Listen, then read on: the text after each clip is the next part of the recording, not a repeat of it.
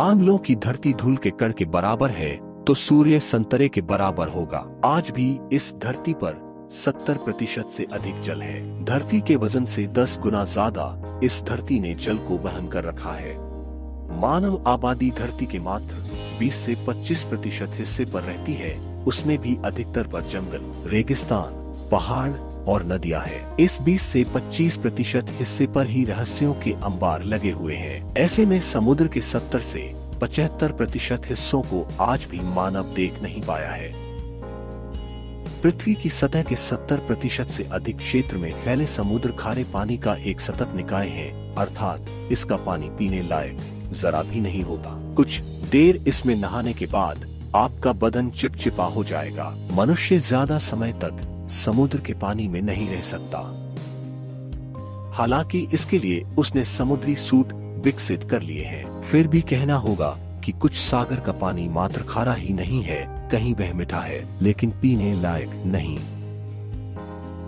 ये तो रहा सागर के बारे में, लेकिन इस वीडियो में हम जानेंगे कि समुद्र कैसे बनता है, कैसे और कहां से उसमें इतना पानी आया और समुद्र की उत्पत्ति कैसे हुई। इसे एक वीडियो में समझना या समझाना मुश्किल है, परंतु फिर भी यहाँ संक्षिप्त में हम समझने का प्रयास करेंगे।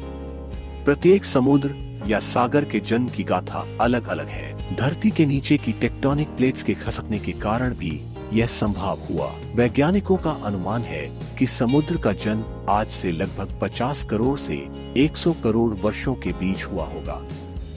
दरअसल धरती के विशालकाय गड्ढे पानी से कैसे भर गए, यह अनुमान लगाना मुश्किल है। दूसरी ओर इतने विशालकाय गड्ढे कैसे निर्मित हुए, यह भी एक बड़ा सवाल है। वैज्ञानिकों के अनुसार जब पृथ्वी का जन्म हुआ तो वह आग का एक गोला थी।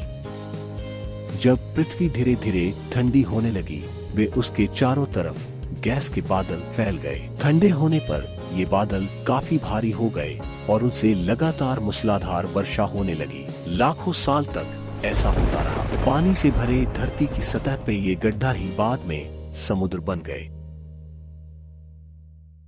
इसे इस तरह समझे कि धरती उस गर्म दौर में भी खनिजों के ऑक्साइड और वायुमंडल में धरती से निकली हाइड्रोजन के संयोग से गैस के रूप में पानी पैदा हो गया था, पर वह तरल बन नहीं सकता था। धरती के वायुमंडल के धीरे धीरे ठंडा होने पर इस भाप ने बादलों की शक्ल ली।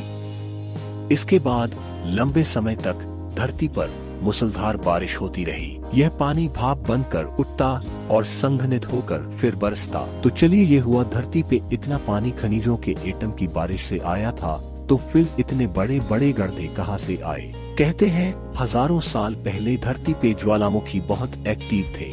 वे लगातार फूट रहे थे और धरती की परपटी या क्रस्ट तैयार हो रही थी। धीरे धीरे स्वाभाविक रूप से पानी ने अपनी जगह बनानी शुरू कर दी।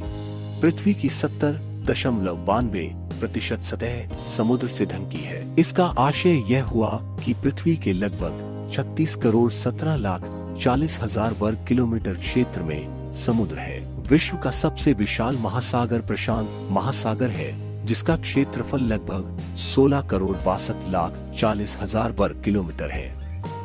यह विश्व के सभी महासागरों का 45.8% है। प्रशांत महासागर के भीतर जल जंतुओं की एक रहस्यमयी दुनिया है, जिस पर अभी भी खोज जारी है। प्रशांत महासागर विश्व का सबसे गहरा सागर है। इसकी औसत गहराई 3939 मीटर है। महासागर को छोड़कर यदि हम सागर की बात करें तो विश्व का सबसे विशाल सागर दक्षिण चीन सागर है, जिसका क्षेत्रफल 29,74,600 वर्ग किलोमीटर है।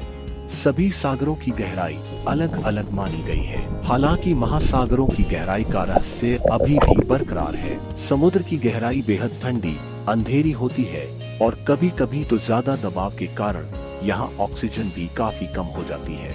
धरती पर जितना दबाव महसूस होता है, समुद्र की गहराइयों में 1000 गुना ज्यादा होता है। इतना ज्यादा दबाव की बायोकेमिस्ट्री भी यहाँ फेल हो जाए। इस दबाव की सच्चाई यह है कि समुद्र की तलहटी में रहने की 1% से भी कम जगहों का अभी तक पता चला है, जहाँ जीव जंतु रहते हैं।